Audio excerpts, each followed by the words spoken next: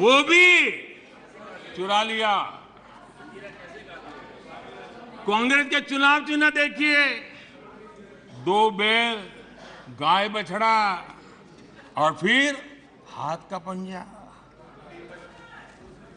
ये सारे उनके कारनामे उनकी हर प्रकार की मनोवृत्ति का प्रतिबिंब करता है, उसको प्रकट करते हैं और ये साफ दिखाता है कि सब कुछ एक परिवार के हाथों में सब केंद्रित हो चुका है। आदरणीय अध्यक्ष जी, ये इंडिया गठबंधन नहीं है, ये इंडिया गठबंधन नहीं है, एक घमंडिया गठबंधन है। ये इंडिया गठबंधन नहीं है, घमंडिया गठबंधन है।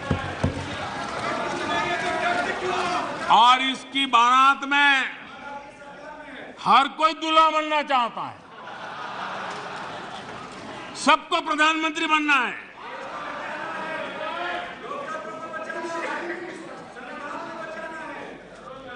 आदरणीय अध्यक्ष जी, इस गठबंधन ने यह भी नहीं सोचा है कि किस राज्य में आपके साथ, आप किसके साथ कहां पहुंचे हैं। पश्चिम बंगाल में आप टीएमसी और कम्युनिस्ट पार्टी के खिलाफ है और दिल्ली में एक साथ है। और अधीर बाबू 1991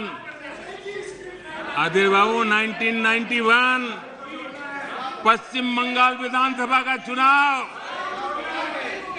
इन्हीं कम्युनिस्ट पार्टी ने अधीर बाबू साथ क्या व्यवहार किया था, वो आज भी इतिहास में दर्ज है। खैर 1991 की बात तो पुरानी है। पिछले साल केरला के वायनाड में जिन लोगों ने कांग्रेस के कार्यालय में तोड़फोड़ की, ये लोग उनके साथ दोस्ती करके बैठे हैं। बाहर से तो अपना लेबल बदल सकते हैं, लेकिन पुराने पापों का क्या होगा, यह पाप आपको लेके डूबेंगे। आप जनता जनार्दन से ये पाप कैसे छिपा पाओगे? आप नहीं छिपा सकते हो। और इनको आज जो हालत, इसलिए मैं कहना चाहता हूं, अभी हालात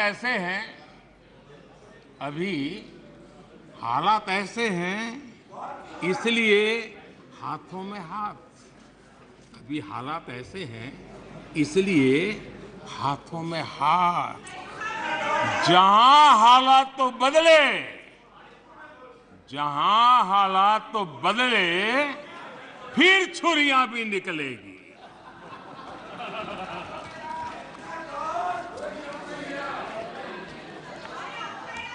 आदरणीय अध्यक्ष जी,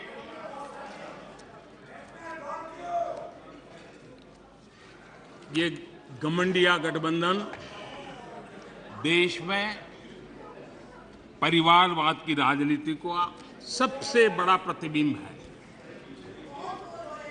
देश के स्वाधीनता सेनानियों ने, हमारे संविधान निर्माताओं ने हमेशा परिवारवादी राजनीति का विरोध किया था।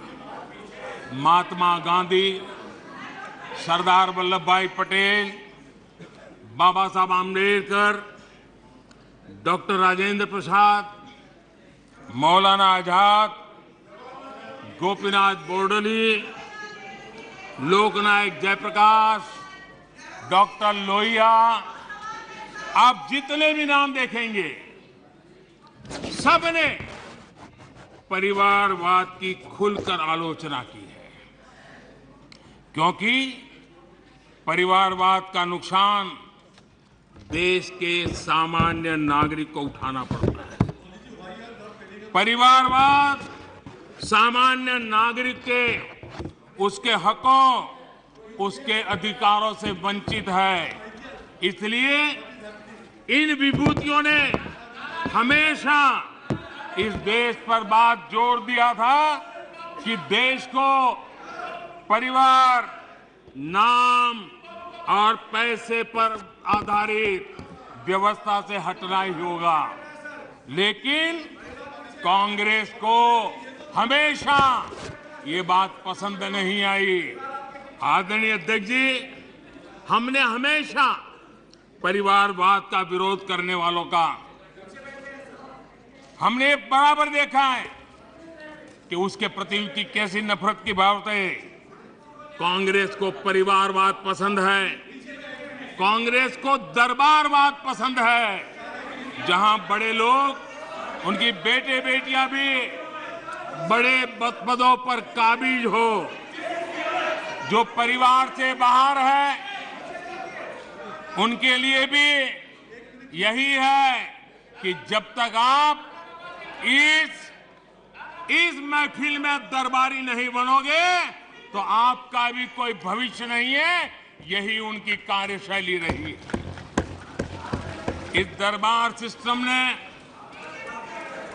कई विकेट लिए, कितनों का हक मारा है इन लोगों ने। बाबा साहब आंबेडकर, कांग्रेस ने जी जान लगाकर 2 बार उनको हरवाया।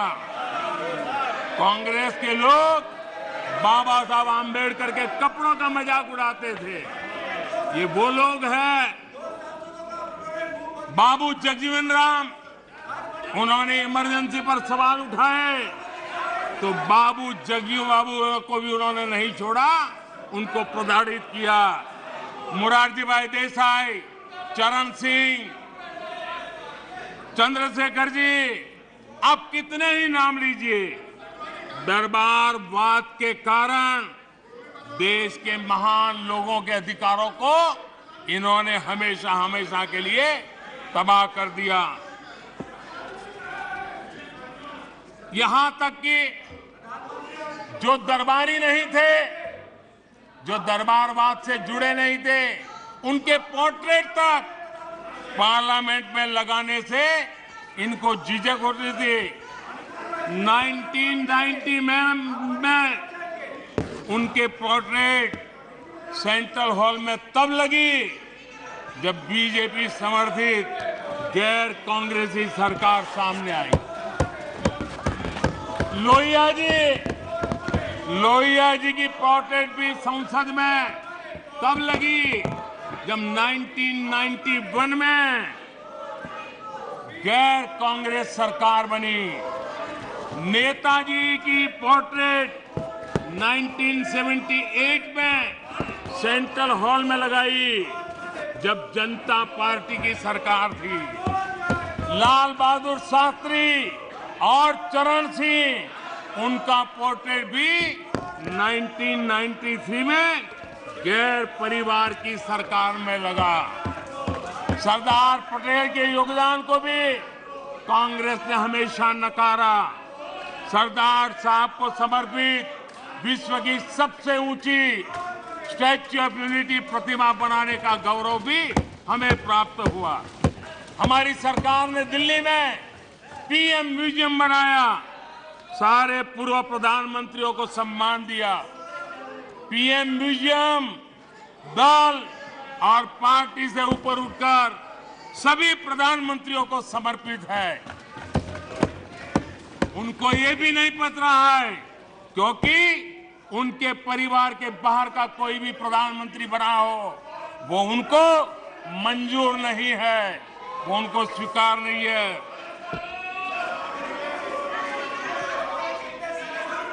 आदरणीय अध्यक्ष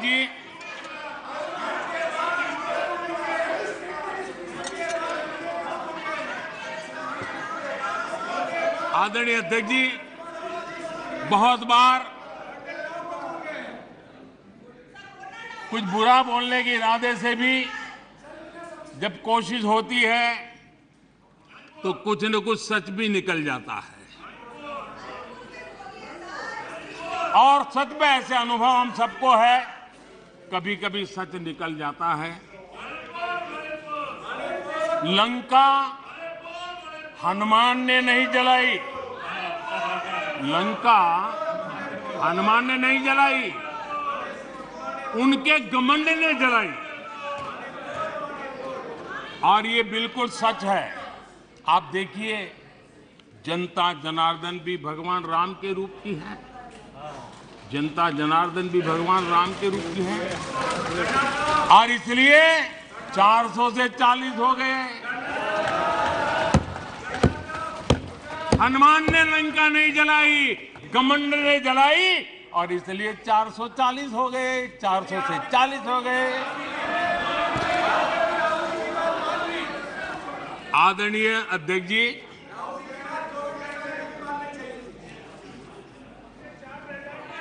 सच्चाई तो ये है,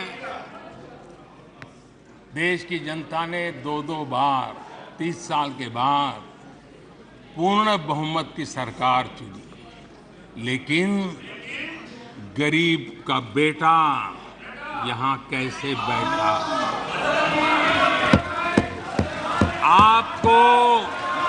आपको जो हक था, आप अपनी पारिवारिक पीढ़ी मानते थे, वो यहां कैसे बैठ गया? ये चुभन अभी भी आपको परेशान कर रही है, आपको सोने नहीं देती है, और देश की जनता भी आपको सोने नहीं देगी, 2024 में भी सोने नहीं देगी। आदरणीय अध्यक्ष जी,